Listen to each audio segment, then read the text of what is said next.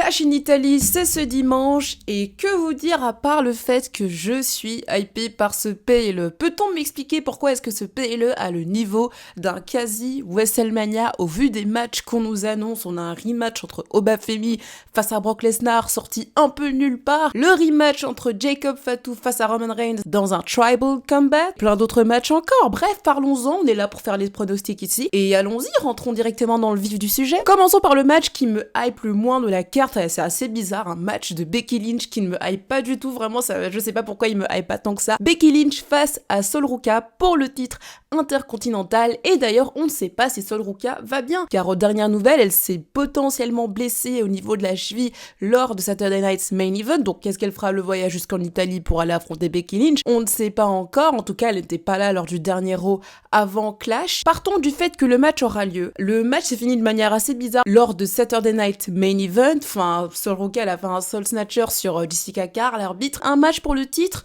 je vous avoue que me dire qu'ils vont directement donner le titre intercontinental à Sol Ruka directement, j'y crois pas trop. À tout moment le match s'est fini d'une manière bizarre. C'est une sorte de disqualification face à Becky Lynch qui prend le titre, qui attaque Sol Ruka, ou je sais pas, elle fait un truc avec l'arbitre. Enfin bref, je ne vois pas Becky Lynch perdre son titre lors de Clash in Italy, mais pourquoi pas donner la victoire à Sol Ruka via disqualification. En tout cas, moi je vois bien le scénario arriver comme ça. Mais oui, les deux restent forts, c'est un peu un truc que la WWE aime faire. Mais à tout moment, ils décident de donner le titre à Sol Ruka, je ne sais pas, même si pour moi, c'est pas la meilleure idée du siècle, mais je sais pas, ils aiment bien faire, tu sais, un match toujours, un troisième match pour tout et pour rien, surtout avec Becky Lynch. Pourquoi pas, je verrais bien Sol Ruka prendre le titre plus tard, mais lors d'un troisième affrontement entre les deux. Bref, pour moi, victoire de Sol Ruka via DQ, mais Becky Lynch conserve en tout cas. Passons au deuxième match qui, en vrai de vrai, ça me hype un peu plus, mais vas-y, la construction était déjà mieux que celle de WrestleMania. Le match entre Rhea Ripley face à Jade Cargill pour le titre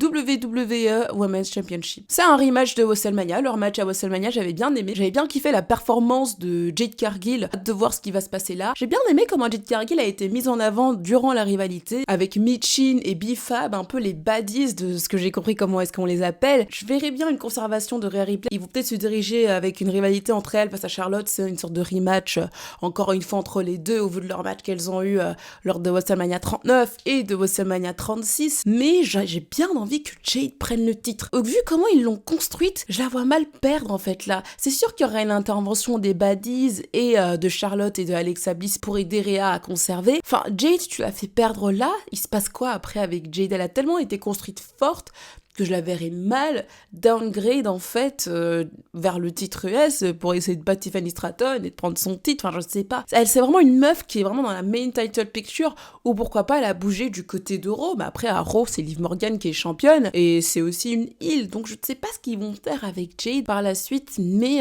je les vois mal aussi faire perdre Rhea Ripley aussi vite. Pour moi ce sera certainement une victoire de Rhea Ripley, mais après je serais franchement très contente si Jade reprend le titre. Les gens ils vont dire oui mais son premier règne il était pas fameux, il était nul. Je sais. Non mais là vous voyez ce qu'ils font avec Liv par exemple, vous voyez ce qu'ils font avec Rhea par exemple, c'est tout pareil. Liv Morgan ils n'ont pas de personne pour la faire affronter, c'est exactement ce qui s'est passé avec Jade, c'est exactement ce qui se passe avec Rhea parce qu'ils lui refont faire un rematch avec Jade. Après c'est logique, elle a perdu le titre à Mania, elle a pas eu de rematch, mais voilà, on voit bien que la WWE c'est pas trop ça quand il s'agit de trouver des nouveaux opposants pour leur champion en tout cas. Pour leur championne, devrais-je dire plutôt, parce que c'est surtout du côté de la division féminine où ça pose problème. Mais bon, pour moi, victoire de Rhea Ripley. Parlons d'un match qui me hype vraiment au vu des performances qu'ils vont certainement nous donner sur le ring. Gunther face à Cody Rhodes pour le titre de champion undisputed WWE. Et putain de merde, ce match, mais comment il est dur à pronostiquer. Parce que là, on a Cody, le golden boy favori de la WWE, face à Gunther, le heel, l'ultimate heel,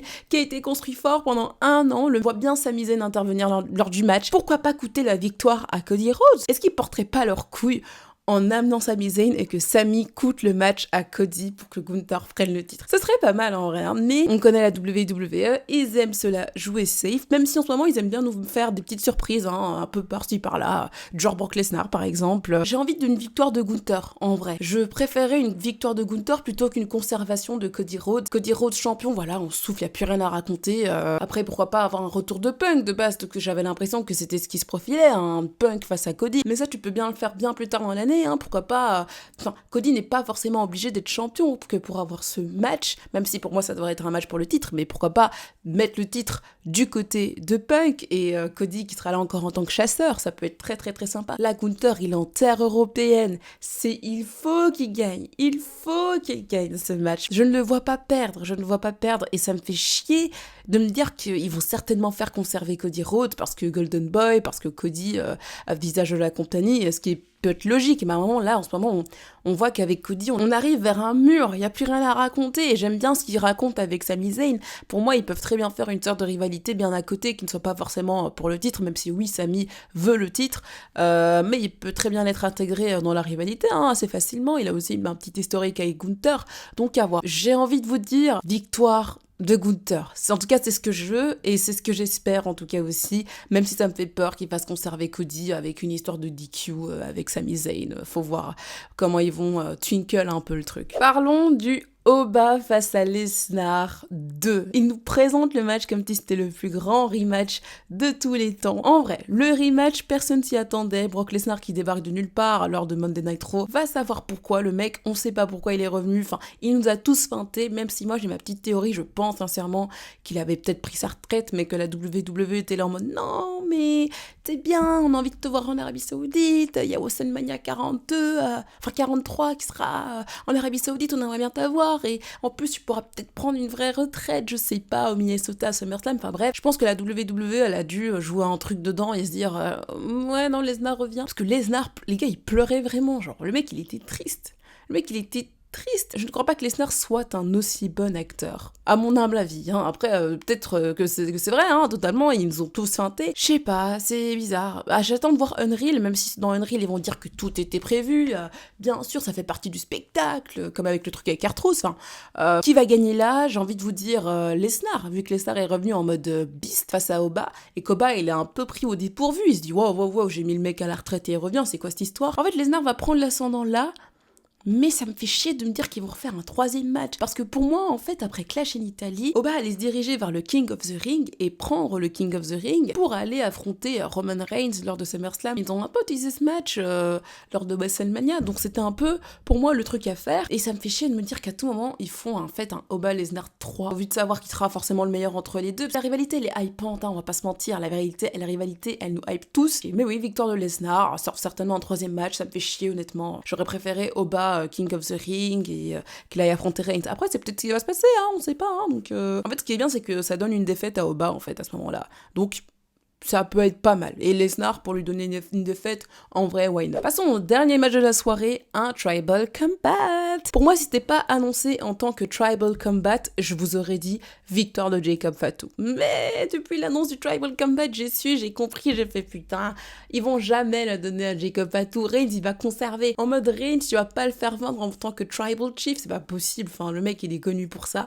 Et ça me fait chier parce que t'as Jacob Fatu, le mec, il a détruit tout le monde sur son passage, toute la bloodline, il les a détruits en un coup, et de me dire qu'il va perdre. Enfin, il y aura certainement des interventions venues de je ne sais d'où, mais ça me fait chier. Conservation de Roman wins, lol. Après, à tout moment, ils nous font la surprise, hein, Jacob qui gagne, hein, mais j'y crois pas. Franchement, j'y crois pas. C'est comme le genre de match, tu sais, à Clash of the Castle en 2022, entre Drew face à Roman Reigns, où là, on était tous là en mode, putain, tu sais, t'avais encore ce doute. T'étais en mode, à tout moment, il le donne à Drew, tu vois, en mode, t'avais ce putain de doute. Et là, non, en fait. Ça me fait chier de le dire, hein, mais victoire de Roman, conservation de Roman. Quand tu penses Tribal Chief, tu penses qu'à Roman Reigns. La WWE, je ne pense pas qu'ils aient assez de couilles que pour donner le titre à Jacob, et qu'en plus de ça, lui donner le titre de Tribal Chief à Jacob Fatu. Putain, je ne les vois pas faire ça. Et qu'est-ce qu'il va faire après ce genre de rivalité? On va continuer à acknowledge Roman Reigns. Roman Reigns, d'ailleurs, qui sera là pour le mois de juin, mais pas pour l'Euro à Paris. Dommage pour ceux qui y vont. Voilà la carte de Clash in Italy. Dites-moi ce que vous en pensez. En tout cas, moi, je suis vraiment hypée par le show. J'ai hâte de le regarder. En plus, on va le regarder assez tôt. Le show, il va commencer à 20h. Il va se finir certainement vers 23. En vrai, ça fait plaisir. J'ai hâte de regarder le show et de me dire, je vais dormir sans forcément avoir regardé le show à 1h, 2h du matin. Pour ceux qui y vont, profitez, enjoy. La carte, elle est vraiment folle. Hein. T'as les 2 titres mondiaux qui sont défendus. Enfin, ça fait longtemps, en tout cas, qu'on en avait plus. Sur ce, on se dit à toutes. À une prochaine vidéo, certainement la vidéo review de Clash in Italy, qui sortira donc plus tôt que d'habitude, vous l'aurez compris. Et on se dit à toutes. N'oubliez pas, soyez toujours fiers d'être fan de catch, la team. Bisous!